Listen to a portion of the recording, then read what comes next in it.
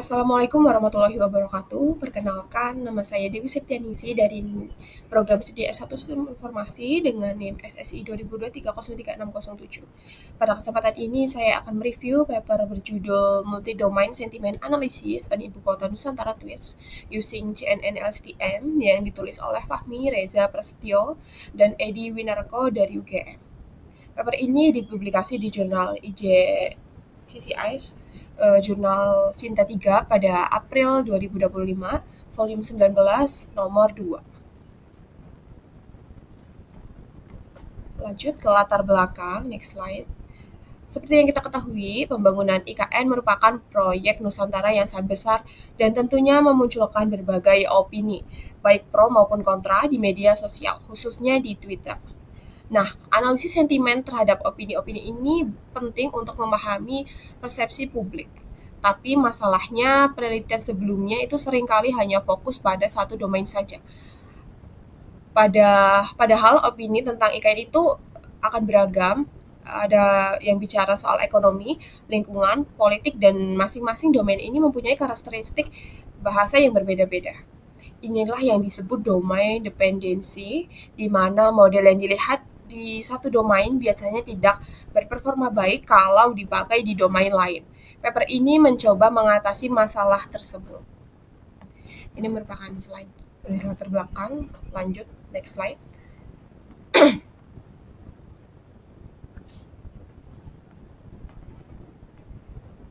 Rumusan masalah.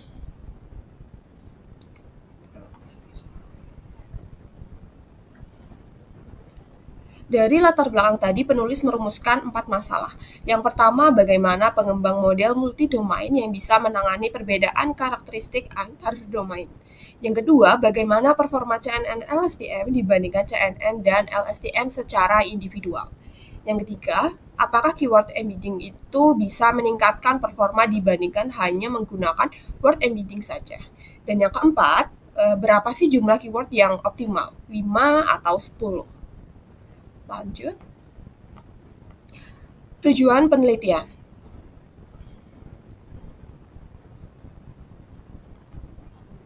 Untuk menjawab keempat rumusan masalah tadi, karena ini merupakan hal-hal yang saling berkaitan, penulis menetapkan 4 tujuan.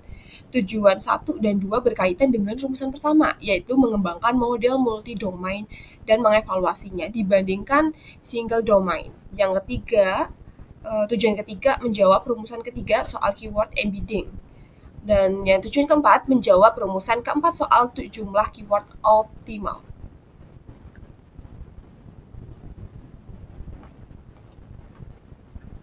Lanjut, metodologi penelitian.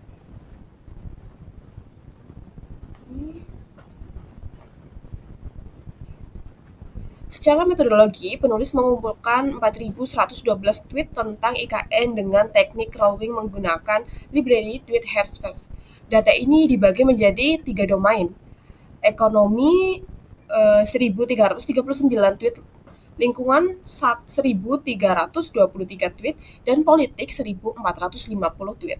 Proses labeling dilakukan secara manual oleh 3 anotator, kemudian divalidasi menggunakan CONSCAP dan FlasyScape. Data dibagi 70% untuk training, 15% validation, dan 15% testing. Untuk pre-processing dilakukan scaffolding, filtering, tokenizing, stopword, removal, dan stemming. Yang menarik di sini adalah embedding-nya. Penulis menggunakan pre-trained word face bahasa Indonesia 300 dimensi.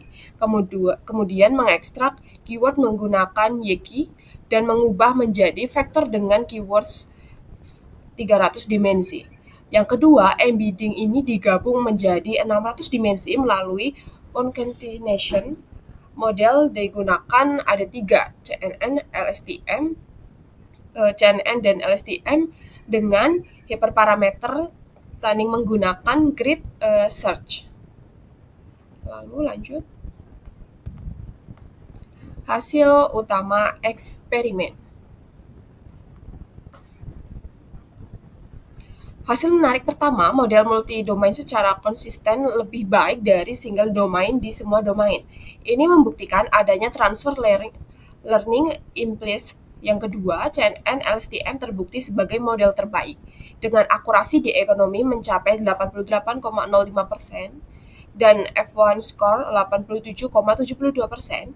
Yang ketiga, keyword embedding terbukti efektif meningkatkan performa, terutama pada LSTM yang sebelumnya underperform. Dan yang kelima, keyword ternyata lebih optimal dibandingkan 10 keyword, karena terlalu banyak keyword justru memperkenalkan noise.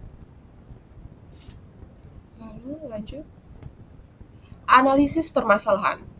Secara relevansi, penelitian ini sangat kuat, relevan secara sosial, politik karena IKN adalah isu nasional, relevan teknologi karena deep learning untuk NLP bahasa Indonesia masih berkembang, dan relevan metodologis karena mengatasi domain dependensi.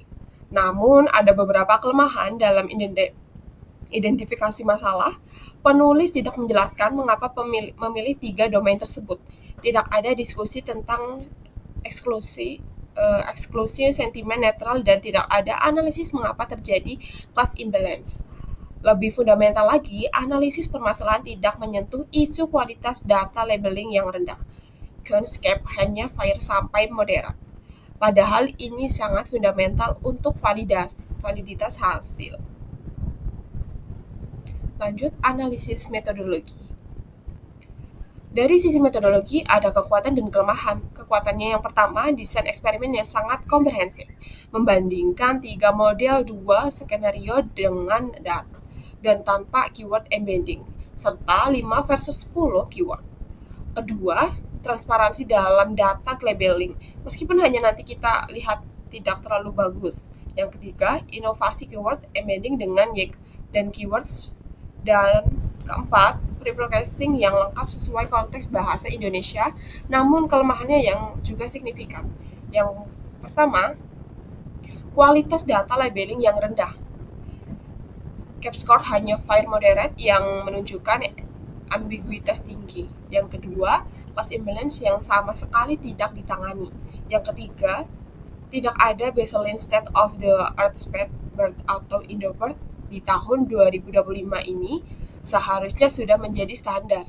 Dan keempat, embedding tidak di Phantom pada domain tweet, padahal wordnya dilatih di Wikipedia yang bersifat formal. Yang kelima, tidak ada analisis error dan interpretabilitas model. Dan keenam,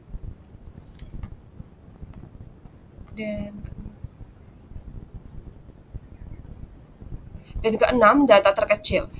4.112 tweet untuk model tetap learning sekompleks CNN LSTM dengan 600 dimensi input. Lalu lanjut.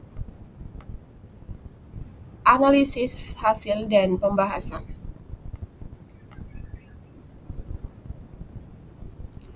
Hasil memang positif, multi-domain lebih baik, CNN LSTM terbaik, keyword embedding efektif.